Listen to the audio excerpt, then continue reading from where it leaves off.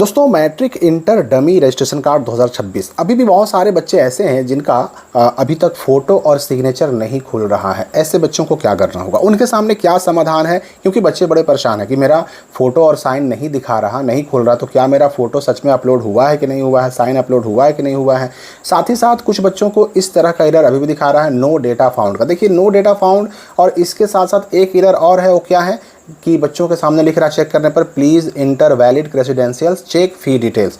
तो आखिर इन दोनों केस में क्या करना होगा? कहीं ना कहीं बच्चे परेशान हैं। देखिए पहली बात तो आप समझ लीजिए कि अगर आपका नो डेटा फाउंड लिख रहा है या फिर नो क्रेडेंशियल्स फाउंड लिख रहा है तो इसमें गलती आपसे भी हो सकती है। गलती कहाँ हो सकती है? अगर आपने सब कुछ सही नहीं डाला, या फिर हो सकता है कि आपने अपने नाम के बाद एक स्पेस बढ़ा दिया। अभी मैं आपको लाइव चेक करके दिखाऊंगा कि कैसे चेक करना है वास्तव में, हमें किस तरह से डेट ऑफ बर्थ डालना है, किस तरह से नेम और पिता का नाम और अपना स्कूल कोड डालना है। अगर आप सही डाल रहे हैं और फिर भी चेक नहीं हो रहा तब समस्या है। अगर मान लेते हैं कि आपसे डिटेल डालने में ही गलती हो रही है तब तो ये नो डेटा फाउंड का समस्या आ सकता है। तो वो पहले आपको देख लेना है, चेकआउट कर लेना है कि हम भाई सही से चेक कर पा रहे हैं कि नहीं।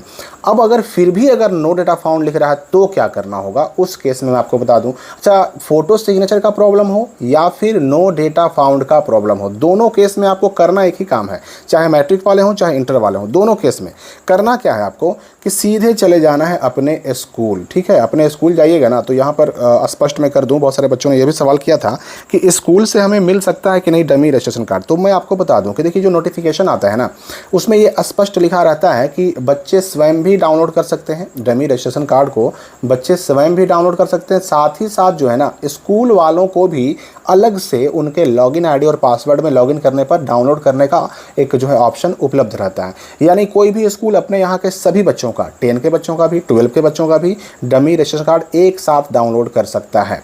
तो स्कूल में जब जाइएगा और वहाँ उनसे मांगिए कि हमारा जो डमी रजिस्ट्रेशन कार्ड है या तो नो डेटा फाउंड लिख रहा है या फिर उसमें इस तरह का प्रॉब्लम आ रहा है मैट्रिक वाला में, please enter valid credentials check fee details.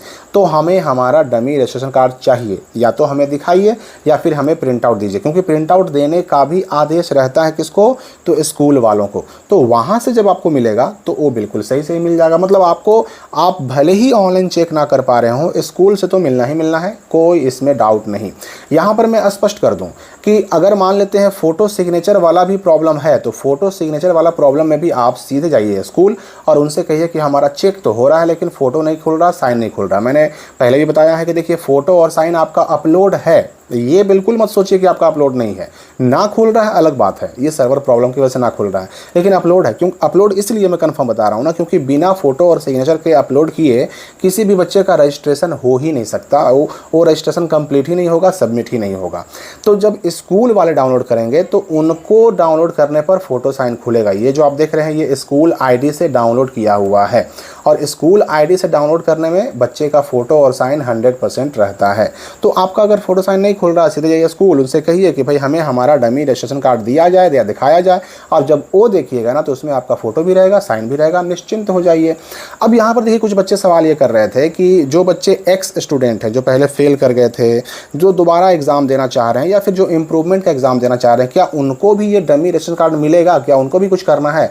तो मैं बता दूं कि ये डमी रजिस्ट्रेशन कार्ड केवल रेगुलर बच्चों के लिए है। जो बच्चे रेगुलर हैं, यानी जो पहली बार एग्ज़ाम देने जा रहे हैं, उन बच्चों के लिए है। रेगुलर बच्चे भी और प्राइवेट बच्चे भी। प्राइवेट बच्चे का मतलब ये होता है कि जो बच्चा रेगुलर स्कूल नहीं जाता, बस एडमिशन कराता है, रजिस्ट्रेशन कराता है, एग्ज़ाम फॉर्म भरता है और एग्ज़ाम देता है।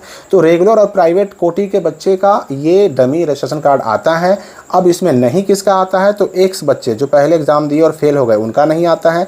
इम्प्रूवमेंट बच्चों का भी ये डमी रजिस्ट्रेशन कार्ड नहीं आता है। ऐसे बच्चों को कुछ भी नहीं करना है। ऐसे बच्चों को बस डायरेक्ट जब एग्ज़ाम फॉर्म भरने का डेट आएगा ना, जो कि अगस्त लास्ट या सितंबर होते होते आ जाएगा, तो एक्स बच्चों को और इम्प्रूवमेंट बच्चों को बस डायरेक्ट एग्ज़ाम फॉर्म भर देना है। इस डमी रजिस्ट्रेशन से उनको कोई मतलब नहीं है। अब देखिए ये चेक करने में गलती कहाँ से हो रही है, तो आप समझ गए होंगे कि चाहे नो डेटा फाउंड का प्रॉब्लम हो, चाहे आपका फ़ोटो साइन का प्रॉब्लम हो, चाहे आपका प्लीज़ इंटर वैलिड क्रेडेंशियल्स का प्रॉब्लम हो, आपको इन सारे केसेस में करना क्या है, तो स्कूल जाना है।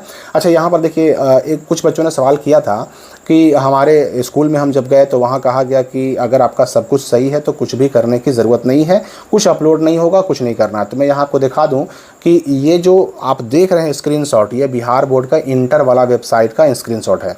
स्कूल जब लॉगिन करते हैं ना, स्कूल लॉगिन करने वाला ये वेबसाइट है और उसमें साफ साफ बिहार बोर्ड ने लिख दिया है। आप खुद भी ये लिंक यहाँ पर आप देख सकते हैं, लिंक वगैरह वैसे आपको डिस्क्रिप्शन और कमेंट में मिल जाएगा। इस लिंक को आप खोलिएगा तो आपको ये लिखा हुआ खुद भी दिखाई पड़ेगा। क्या लिखा है बिहार बोर्ड ने कि डमी पंजीयन का घोषणा पत्र सभी विद्यार्थियों को अपलोड करना ज़रूरी है। यहाँ पर सभी लिखा गया, ये नहीं कहा गया कि सही है तो नहीं करना है, गलत है तो करना है, यहाँ पर सभी कहा गया। यानी जितने भी विद्यार्थी हैं सब सही है तो भी अपलोड करना है और ना सही है तो सुधार करवा के अपलोड करना है, लेकिन सभी विद्यार्थियों को अपलोड करना है। और देखिए फिर लिखता है बिहार बोर्ड कि जिनका अपलोड नहीं किया जाएगा उनका मूल पंजीयन पत्र जारी नहीं किया जाएगा और ना ही परीक्षा फॉर्म भरने में उनका नाम दिखेगा। मतलब ना उनका ओरिजिनल रजिस्ट्रेशन कार्ड आएगा, ना उनका एग्ज़ाम फॉर्म भरा पाएगा।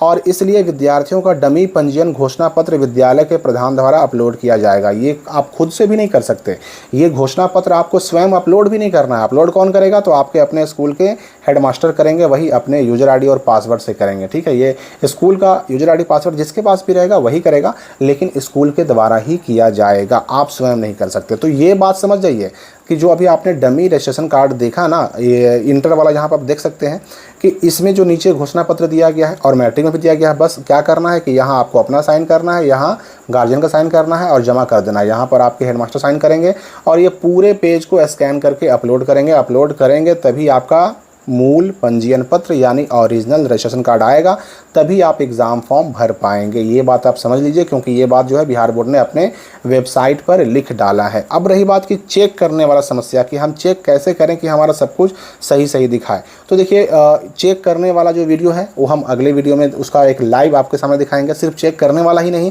बल्कि सुधार कैसे होता है, यानी किसी बच्चे का डिटेल क्या क्या सुधार हो सकता है, क्या क्या सुधार हो रहा है और कैसे होता है, वो सारी चीज़ों को हम अगली वीडियो में कवर करेंगे, वरना ये वीडियो काफ़ी लंबा हो जाएगा। तो इस वीडियो के लिए फ़िलहाल इतना ही।